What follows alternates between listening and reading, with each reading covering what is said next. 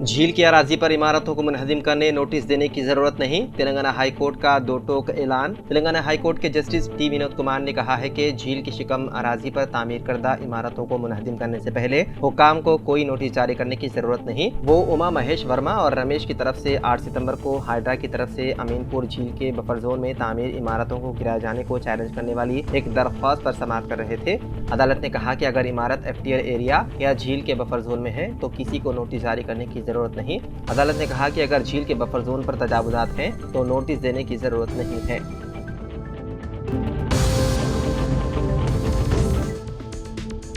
हिंदुस्तान की मुनफरिद शनाख्ती authority UIDAI ने एक अहम फैसला करते हुए मुफ्त आधार की तफसीलात को अपडेट कराने की मोहलत में मजीद 3 माह की तौसीह दी है।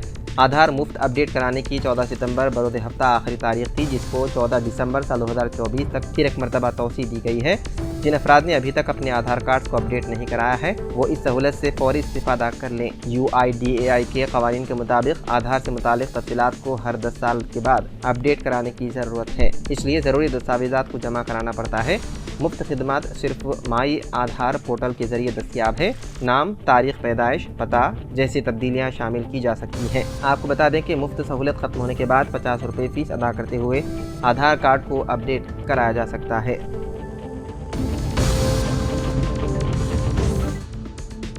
भाग्यनगर गणेश उत्सव समिति के अरकान ने हैदराबाद पुलिस की तरफ से टैंक बंड पर गणेश मूर्तियों के विसर्जन पर पाबंदी लगाने वाले फ्लेक्सीज और रुकावटों को हटा दिया। समिति के रुकन शशिधर ने कहा कि कई सालों से गणेश मूर्तियों का टैंक बंड पर विसर्जन किया जा रहा है। रियासती हुकूमत और पुलिस अकीदतमंदों के जज्बात को ठेस पहुँचाने के लिए गैर ज़रूरी तौर पर नए कवानीन ला रही है। उन्होंने याद दिलाया कि साल 2022 और 2023 के दौरान भी पुलिस ने टैंक बंड पर मूर्तियों के विसर्जन पर पाबंदियां आयद की थी, लेकिन बाद में रहनुमाना उसूलों में नरमी कर दी गई थी। समिति के जनरल सेक्रेटरी राज्यवर्धन रेड्डी ने कहा कि रियासती हुकूमत को टैंक बंड पर गणेश मूर्तियों के विसर्जन के लिए दोपहर तक ज़रूरी इंतजाम करने चाहिए। अगर वो ऐसा करने में नाकाम रहे तो हम तमाम पंडाल कमेटियों को मुतनबा करेंगे कि वो अपनी मूर्तियों का विसर्जन ना करें। उन्होंने खबरदार किया कि अगर हुकूमत ने बर वक्त इक़दाम ना किया तो वो शहर भर में एहतजाज करेंगे।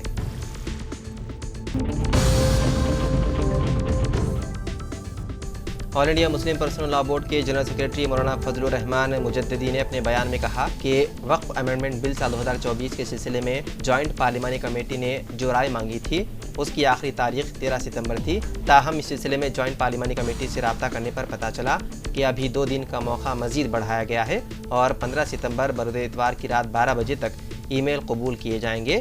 इस लिहाज से 2 दिन बढ़ गए हैं और हमें जवाब भेजने का मजीद मौका मिल गया है। लिहाजा all India Muslim personal law board की जानिब से ये ऐलान किया जाता है कि अभी ईमेल भेजने का सिलसिला जारी रखें और जिन हजरात ने अब तक ईमेल नहीं किया है वो ज़रूर ईमेल रवाना करें।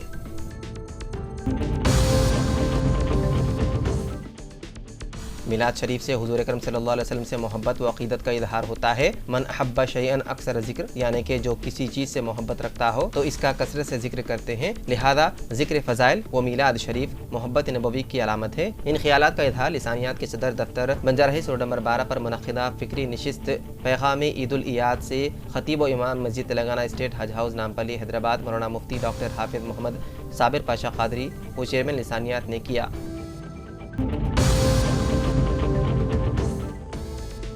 दिल्ली के वज़ीर आला अरविंद केजरीवाल ने इस्तीफा देने का किया ऐलान। कहा 2 दिन में दूंगा इस्तीफा। दिल्ली के वज़ीर आला अरविंद केजरीवाल ने इस्तीफा देने का ऐलान कर दिया। उन्होंने कहा कि मैं 2 दिन बाद वज़ीर आला के ओहदे से इस्तीफा देने जा रहा हूं। जब तक आवाम फैसला नहीं देती मैं वज़ीर आला की कुर्सी पर नहीं बैठूंगा। हर घर और गली में जाऊंगा और आवाम का फैसला आने तक वज़ीर आला की कुर्सी पर नहीं बैठूंगा। ये ऐलान उन्होंने आम आदमी पार्टी के कारकुनों से खिताब करते हुए किया। अपने खिताब में उन्होंने कहा कि आवाम के आशीर्वाद से हम बीजेपी की तमाम साजिशों का मुकाबला करने की ताकत रखते हैं। उन्होंने मजीद कहा कि हम बीजेपी के सामने ना झुकेंगे, ना रुकेंगे और ना बिकेंगे। याद रहे कि वज़ीर आला अरविंद केजरीवाल को एक्साइज पॉलिसी घोटाला केस में सुप्रीम कोर्ट से जमानत मिल गई। जुमे को केजरीवाल तिहाड़ जेल से बाहर आ गए। केजरीवाल ने आम आदमी पार्टी कारकुनों से खिताब करते हुए कहा कि वो 2 दिन बाद वज़ीर आला के ओहदे से इस्तीफा दे देंगे।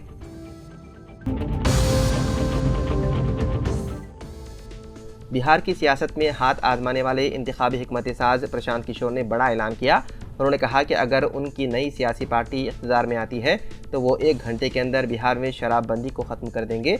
मीडिया से बात करते हुए जन स्वराज पार्टी के बानी प्रशांत किशोर ने कहा कि उनकी पार्टी अपनी हुकूमत बनाने के 1 घंटे के अंदर पाबंदी खत्म कर देगी। प्रशांत किशोर ने कहा कि शराब पर पाबंदी का फैसला नीतीश कुमार की तरफ से धोखा है। प्रशांत किशोर ने मौजूदा इम्तिना पर तनकीद किया और दावा किया कि ये गैर मौसर साबित हुई है। उन्होंने कहा कि पाबंदी की वजह से गैर कानूनी घरेलू शराब की तक़सीम में इजाफा हुआ है और उसने रियासत को 20,000 करोड़ रुपए के मुमकिन एक्साइज ड्यूटी रेवेन्यू से महरूम कर दिया है। उन्होंने सियासतदानों और ब्यूरोक्रेट्स पर शराब के गैर कानूनी कारोबार से फ़ायदा उठाने का इल्ज़ाम भी लगाया।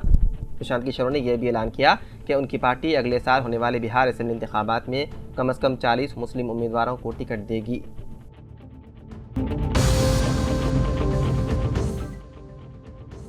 इतवार की रोज़ तेलंगाना भवन में उस वक्त कशीदगी देखी गई जब बीआरएस के कायदीन मिनिस्टर क्वार्टर्स पर धावा बोलने के लिए जा रहे थे। पुलिस ने मुदाखलत करते हुए उनको रोक दिया, जिसके नतीजे में पुलिस अफसरान और बीआरएस कारकुनों के दरमियान गर्मा गर्म बहस व तकरार हो गई।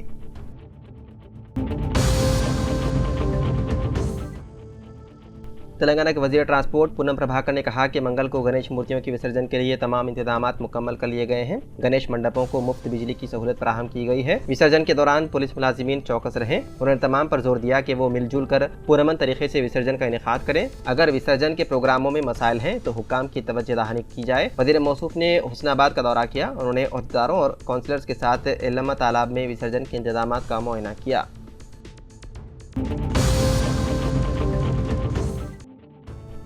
तेलंगाना काबीना का इजलास 20 सितंबर को दोपहर 4 बजे सेक्रेटेरिएट में वज़ीर आला रेवंत रेड्डी की सदारत में मुनक़्क़िद होगा। इजलास में अहम मौज़ूआत पर तबादला ख्याल करके मंजूरी दी जाएगी। हाइड्रा को कानूनी हैसियत देने, धरनी की जगह भूमाता पोर्टल पर फैसले का इम्कान है। इसके अलावा मूसा नदी की तरक्की फंड्स इकट्ठा करने का जायजा लेने के अलावा बारिश और सैलाब की तबाहकारियों और ज़िले सतह पर फंड्स की फराहमी पर भी गौर का इम्कान है। ROR कानून की तनसीख, ज़िलाई कमीशन एजुकेशन कमीशन की मंजूरी, गरीब आवाम के लिए हेल्थ इंश्योरेंस, राशन कार्ड की इजराई के लिए रहनुमाना खतूत की इजराई, 200 नए ग्राम पंचायतों के क़याम की मंजूरी की भी इम्कानात हैं।